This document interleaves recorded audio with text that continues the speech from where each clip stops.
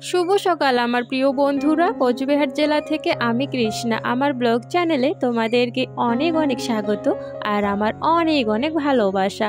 তোমরা যে যেখান থেকে আমার ভিডিও দেখছো, আশা করছি প্রত্যেককে ভালো আছো, সুস্থ আছো। আমরাও ভালো আছি। আমি আজকে আমাদের বিছানা চাদরটা একটু পাল্টিয়ে নিচ্ছি, কারণ অনেক দিন ধরেই কিন্তু তোমরা দেখতেই পারছো এই বিছানা চাদরটাই ছিল। তো বিছানা চাদরটা একটুখানি ময়লা ময়লা হয়ে গেছে, তো সেই জন্য তুলে নিলাম। নতুন একটা চাদর আমি কিন্তু পেতে নিচ্ছি।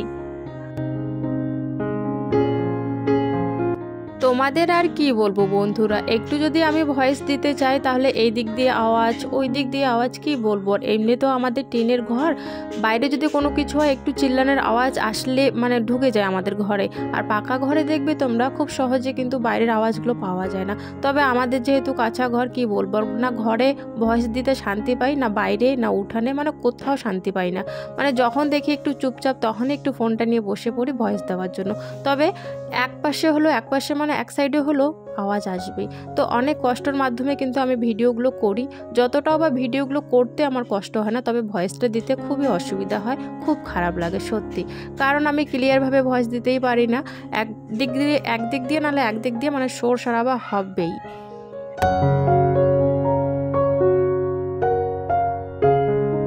এই যে তোমরা দেখলে লাঠিটা যে আমি টিনের ওই দিকে রেখে দিলাম, সেই লাঠিটা হচ্ছে প্রীতম প্রীতি যখন দুষ্টামি করবে ওদেরকে মারার জন্য।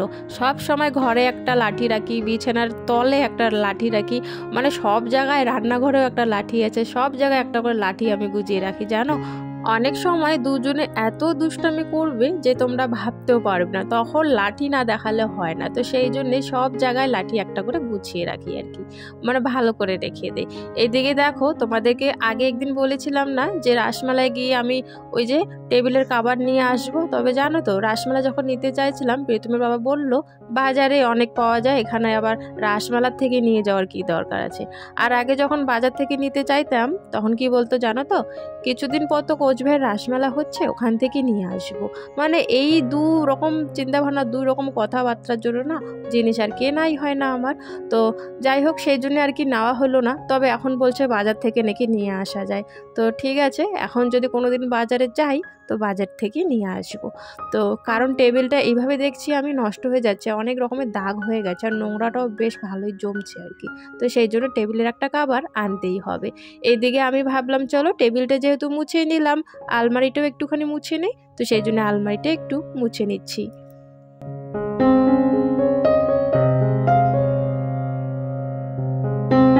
আলমারিটার বিছানাটা ঠিক করার আগে, আলমারিটা মোছার আগে আমি কিন্তু এর আগে আলমারি থেকে দুটো জিনিস বের করে নিয়েছি। কি জিনিস তোমাদেরকে এখন দেখাবো। এই যে দেখো, এই দুটো শাড়ি আছে, এই দুটো শাড়ি ভাবছি এটা আর এটা ভাবছি একটু ধুয়ে দেবো, দেখি আগে ভালো করে আর কি। আর যদি একটু মানে হার্ড টাইপের হয় তাহলে ধুয়ে দেবো, কারণ এই প্যান্ট পরা যায় না বেশি। দেখবে হাড়গুলো না কিরকম ফুলে ফুলে থাকে, হাড়গুলো দেখবে তোমরা ফুলে ফুলে থাকে পরলে পরে, আর ওটা ভালো লাগে না আমার কেন জানি। একটু যদি মানে মাঠটা ভেঙে যায়, একটু সফট টাইপের হয়, সেটাই আমার ভালো লাগে। তো ভাবছি পরি নাই কিন্তু একদিনও, সুতির দুটাই। এখন তো ঠান্ডার দিন এসে গেছে, তাই ভাবছি মায়ের সাথে একটু পরবো আর কি, ভিডিও বানাই, রিলস বানাই, তো একটু মায়ের সাথে শাড়ি পরলেও ভালো লাগবে। আর অনেকেই বলো শাড়ি পরলে ভালো লাগে, তাই ভাবছি দেখি আগে ভালো করে দেখি, যদি একটু হার্ড টাইপের হয় তাহলে আর কি মানে ধুয়ে দেবো। আর যদি সফট থাকে, কতগুলো শাড়ি দেখবে সফট থাকে, তো ধুয়ে দেবো না যদি সফট থাকে। এই যে এই শাড়িটা হচ্ছে তোমার একটা কিন্তু তোমার কালো, একটা নীলটা আমার দিদি নিয়েছে, বড় দিদি, আর কালোটা আমাকে নিয়েছে। চলো খুলে দেখি আগে কি রকম শাড়িগুলো। আমি যখন বিয়ে বাড়িতে যাই, কোনো বিয়ে বাড়িতে যাই, তখন কিন্তু একটা করে শাড়ি দেয়, মানে যেই বিয়ে বাড়িতে যাই, মানে আমাদের আত্মীয় স্বজনদের আর কি। তো তারা কিন্তু একটা করে শাড়ি দেয় সবাই। তো শাড়ি তো বেশি পরা হয় না বাড়িতে, ওই নাইটিই পরা হয়, যেহেতু শাড়িগুলো না রেখেই দিই। তো ভাবছি যে না, এখন 2-3টে শাড়ি আমার আছে সুতির, তবে সেগুলো একদমই ল্যাতপাতা হয়ে গেছে। মায়ের সাথে একটু রিলস বানাই, যখন ভিডিও বানাই, তো একটু নতুন হলে একটু বেশ ভালো লাগে আর কি, কারণ ওগুলো তো বেশি ল্যাতপাতা হয়ে গেছে একটু, তো ওগুলো যেন কেমন হয়ে থাকে, একটু ভালো লাগে আর কি। তো সেই জন্য ভাবলাম আমার তো আলমারিতে পড়ে আছে শাড়ি, তো দুটো শাড়ি বের করে নিই। তো এই দুটো শাড়িও যে বের করে নিলাম, আর নতুন শাড়ি একটাই আছে, আর নেই শাড়ি। ওরকম করে শাড়িগুলো বের করে করে শেষ করে দিয়েছি আর কি।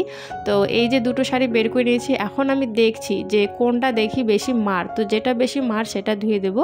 আর যদি দুটোতেই মার থাকে বেশি তাহলে দুটো ধুয়ে দিতে হবে।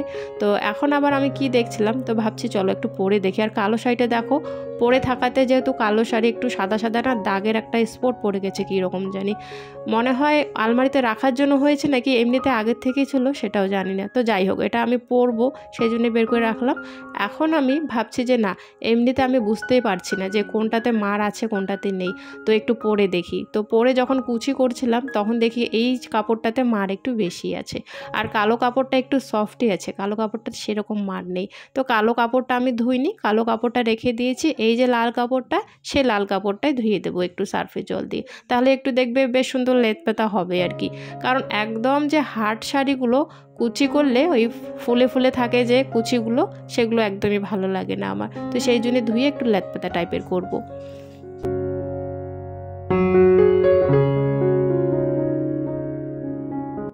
দেখো অবস্থা, শাড়ির ভাঁজটা খুলেছি, দেখো কীরকম হয়ে আছে, তাহলে পরলে কীরকম ফুলে থাকবে। আর বারবার যখন হাঁটাচলা করব উপরে উঠে যাবে শাড়িটা একটুখানি আর কি, পায়ের গোলারির থেকে উপরে উঠবে। আর উপরে উঠে গেলেও ভালো লাগে না। দেখো শাড়ির কী অবস্থা, কীরকম পুরো জায়গাটাতে ছড়িয়ে আছে। তো এই শাড়িটাতে দেখছি মারটা বেশি আছে, সেই জন্য এই শাড়িটা ভিজিয়ে রাখবো একটুখানি, তারপর গিয়ে ধুয়ে দেবো। যদি বাড়িতে নাইটি না পরা হতো তাহলে তো আমাদের শাড়িই পরতে হতো। তবে এখন ঘরে ঘরে বউরা কিন্তু নাইটিই পরে সবসময়, আর নাইটি পরতে পরতে এমন অভ্যাস হয়ে গেছে শাড়ি এখন আর পরতে ইচ্ছা করে না কোনো অনুষ্ঠান ছাড়া। মানে বাড়িতে থাকলে ওই নাইটিই ঠিক আছে আর কি, শাড়ি পরতে ইচ্ছা করে না সবার, কিন্তু তাই একই অবস্থা। কিন্তু গ্রামে হোক বা তোমার শহরে টাউনে যেখানে হোক না কেন, সবাই কিন্তু এখন নাইটিই পরে বাড়িতে। আর নাইটিটাই মনে হয় কাজকর্ম করাতে বেশ সুবিধে লাগে, আরাম থাকে, তাই না? তো সেই জন্য সবাই কিন্তু নাইটিই পরে, আর শাড়িটা কোথাও গেলে পরা হয় আর কি। তো যাই হোক, এই দুটো শাড়ি বের করে নিলাম, আর একটা শাড়ি তো ভিজিয়ে রাখছি, আর সাথে কিন্তু বিছানা চাদরটাও আছে, একটুখানি ভিজিয়ে রাখার পর ধুয়ে দিতে হবে। কারণ একটুখানি ভিজিয়ে না রাখলে আবার শুকানোর পর দেখবো শাড়িটা আবার ওই যেমন কি তেমনই হয়ে আছে ফুলে। তো সেই জন্য ভাবছি একটুখানি আর কি ভিজিয়ে রাখি।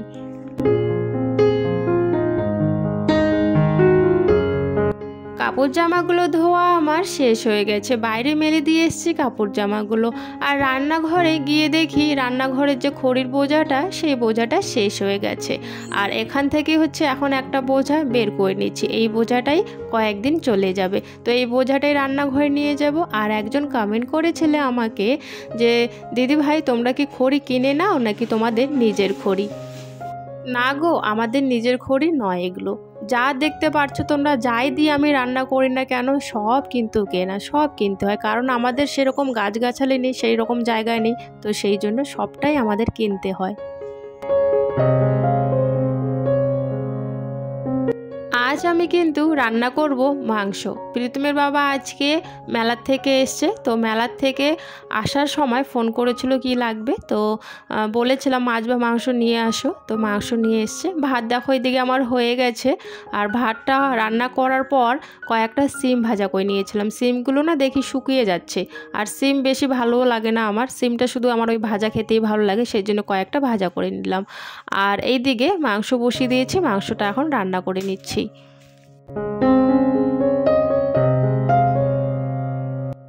আসানসোল ব্লগার বলেছো নেক্সট ভিডিওতে আমার নামটা নিও, কিন্তু এই যে নিয়ে নিলাম তোমার নামটা। তোমাকে অনেক অনেক ধন্যবাদ এত সুন্দর একটা কমেন্ট করার জন্য। আর তোমাদের সবাইকে বন্ধুরা অনেক অনেক ধন্যবাদ আমার ভিডিওতে এতটা ভালোবাসা দেওয়ার জন্য। মশলাটা কিন্তু আমি মিক্সারে করে নিয়ে এসেছি, আর মশলাটা দিয়ে এখন ভালো করে মাংসটা কষিয়ে নিচ্ছি। এদিকে আবার মাংস রান্না করছি, ওইদিকে বাইরের থেকে একটুখানি শব্দ পাচ্ছি, গানের শব্দ, আর একটু মার সাথে প্রীতির শব্দ পাচ্ছি।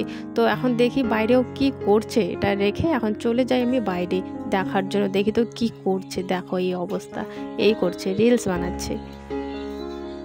মোবাইল কই বাবা? বাথরুমের ওখানে মোবাইল। এ এ এ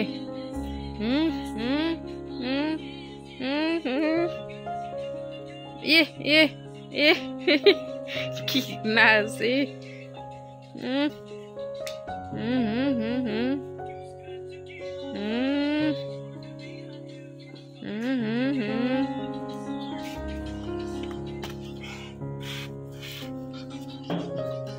সেই হারে কেমন হয়েছে দেখি দেখা কিন্তু ভালো করে লড়াই সেই দেখা এ এ সেই হয়েছে। ওর বাবা ফোনটা রেখে ঘুমিয়ে পড়েছে, ওই চান্সের মধ্যে ও ফোন নিয়ে এসে দেখো রিলস বানাচ্ছে। আর এইদিকে এখন তো আমার রান্না বান্না হয়ে গেছে, আমি এখন বাসনগুলো মেজে নিচ্ছি। বাসনগুলো মাজার পর খাওয়া দাওয়া কিন্তু আমাদের শুরু হয়ে যাবে। রান্নাবান্নার পর একটু তো বাসন বেরোয়, আর সেই বাসনগুলো যদি আমি না ধুই না খেতে বসে যাই, তারপরে দেখবে অনেকগুলো বাসন একসাথে হয়ে যায়, তখন আর ভালো লাগে না এতগুলো বাসন একসাথে। সেই জন্য ওই রান্নাবান্নার করার পর যে বাসনগুলো বেরিয়েছিল সেই বাসনগুলো আগে ধুয়ে নিচ্ছি। পরে খাওয়া দাওয়ার পর যে আরও বাসন বেরোবে আবার ধুতে হবে। সারাদিনে যে কতবার বাসন ধুতে হয় কোনো ঠিক নেই, বাসন তো ধুতে হবে। ভাগ্যিস আমাদের বাসন কম, সেই জন্য একটু কম ধুতে হয়। তবে এর থেকে যদি বেশি বাসন হতো তাহলে আরও বেশি নোংরা হতো, বাসন বেশি ধুতে হতো।